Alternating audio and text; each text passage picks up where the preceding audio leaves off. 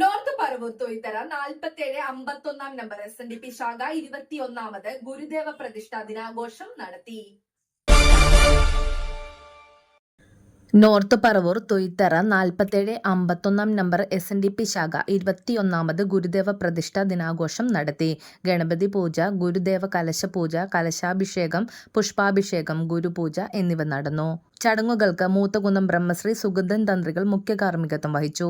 President നിഹൽ തോട്ടത്തിൽ, secretary Lalu ശങ്കരമാലിൽ എന്നിവർ നേതൃത്വം നൽകി.